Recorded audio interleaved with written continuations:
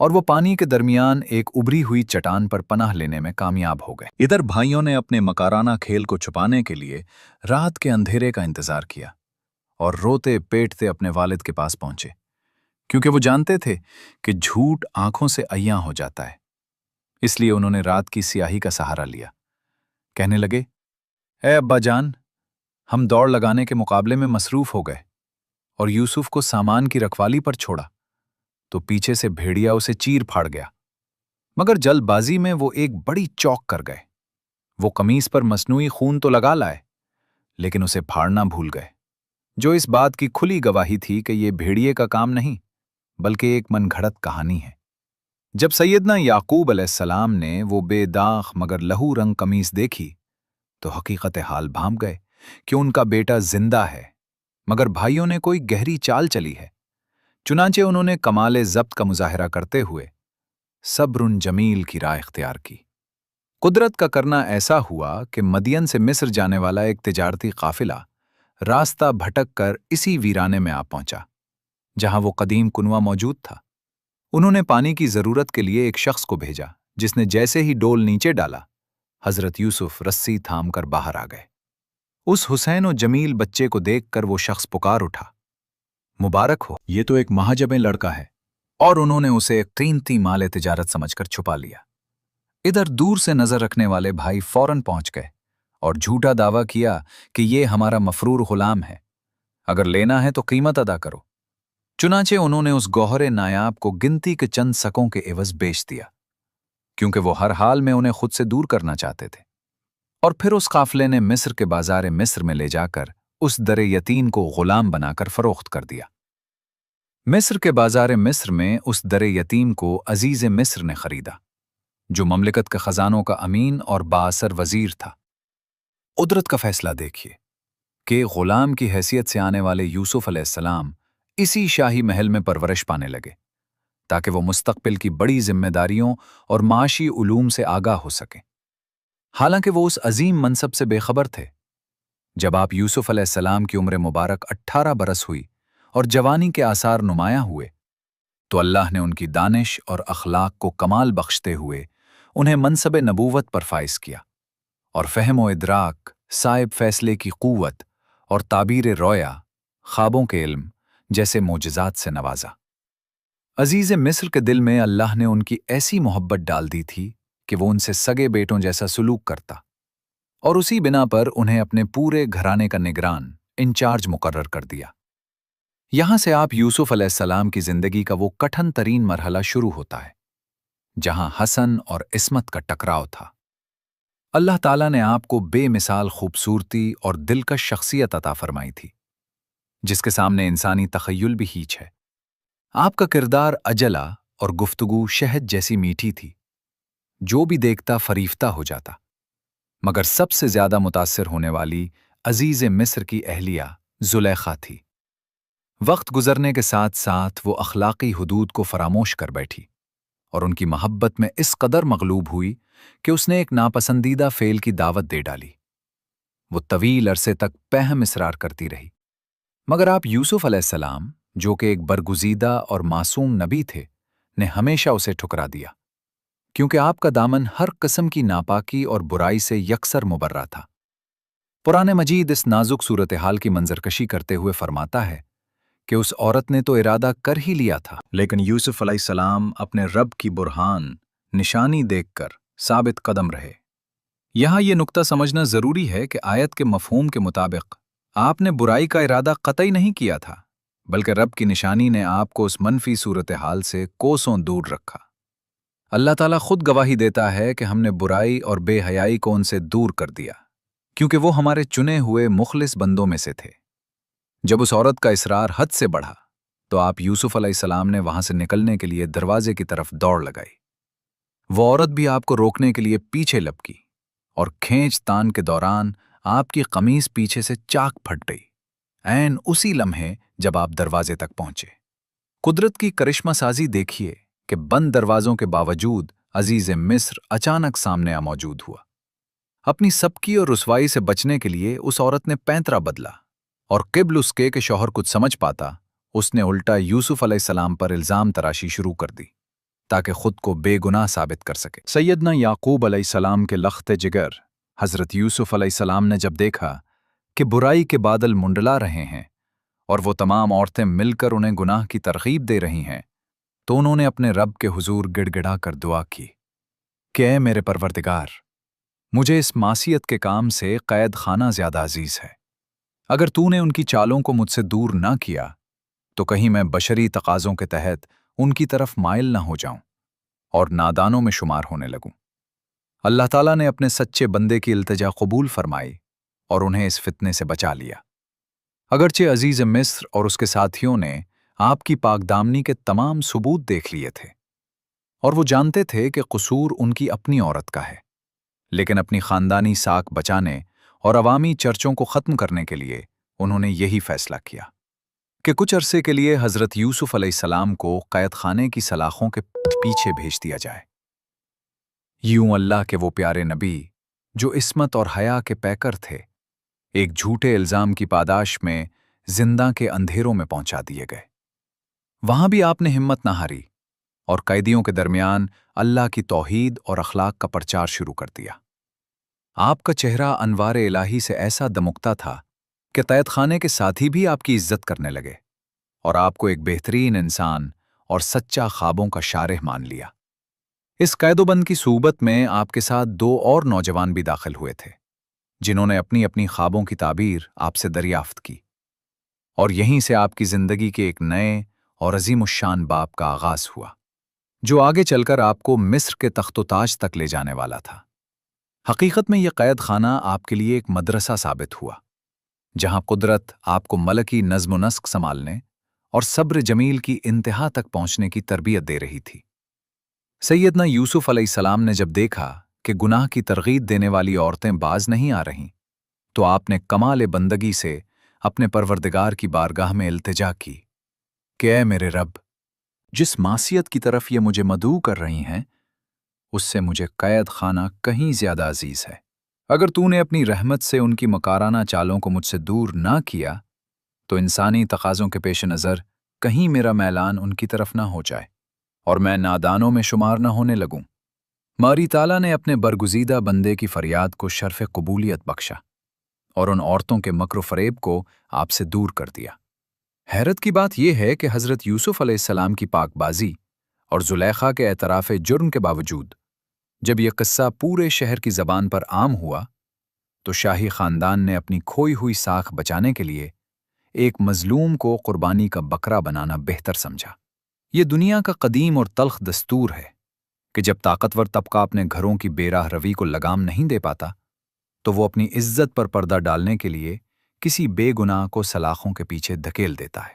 چنانچہ کسی بھی جرم کے بغیر آپ کو غیر معینہ مدت کے لیے زندہ بھیجنے کا ظالمانہ فرمان جاری کر دیا گیا۔